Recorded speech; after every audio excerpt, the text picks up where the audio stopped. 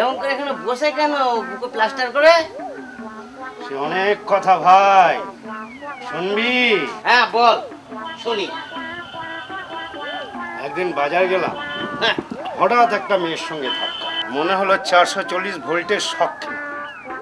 আর তখনই মেয়েটাকে মনে মনে ভালোবেসে ফেললাম।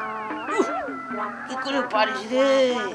শুনতে খুব ভালো লাগছে, বলে যা। তারপর কি হলো? তারপর হ্যাঁ, মেয়েটার সঙ্গে আমার ইয়ে হয়ে গেল। হয়ে গেল। তারপরে একদিন জমে গেল বরফের মতো আমাদের প্রেম। ওরে বাপ রে, কি করে পারিস রে? গানটা শুনতে বড় ভালো লাগলো, বলে যা। তারপর একদিন মিলিকে পার্কে নিয়ে গেলাম।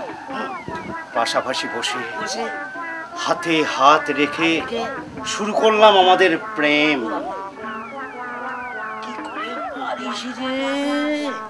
এই গানটা শুনতে খুব ভালো লাগছে, বলে যা। তারপর গঙ্গা চান করতে গেলাম, দুজন মিলে কত জল খেললাম। ওরে বাপ রে, এই গানটা একেবারে জ্বলে গেল, বলে যা। তারপর যা হবার তাই হলো। কি হলো? আরে মিলিকে এটা খাওয়ালাম, সেটা খাওয়ালাম, তবু মিলির মন পেলাম না। মন পেলি না? ফুচকা বাদাম খাইয়ে গেলাম, ভালোবাসা পেলাম না। আসলে মিলি আমায় বুঝতে পারলো না, মনটা দিল না।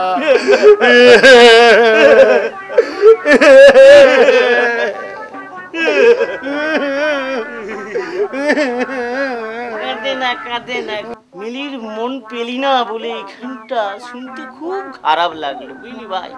বল। তারপর মিলির বিয়ে হয়ে গেল একটা ছেলের সঙ্গে। হয়ে গেল। সেই কথা শুনে আমার বুকটা ফেটে চৌচির হয়ে গেল।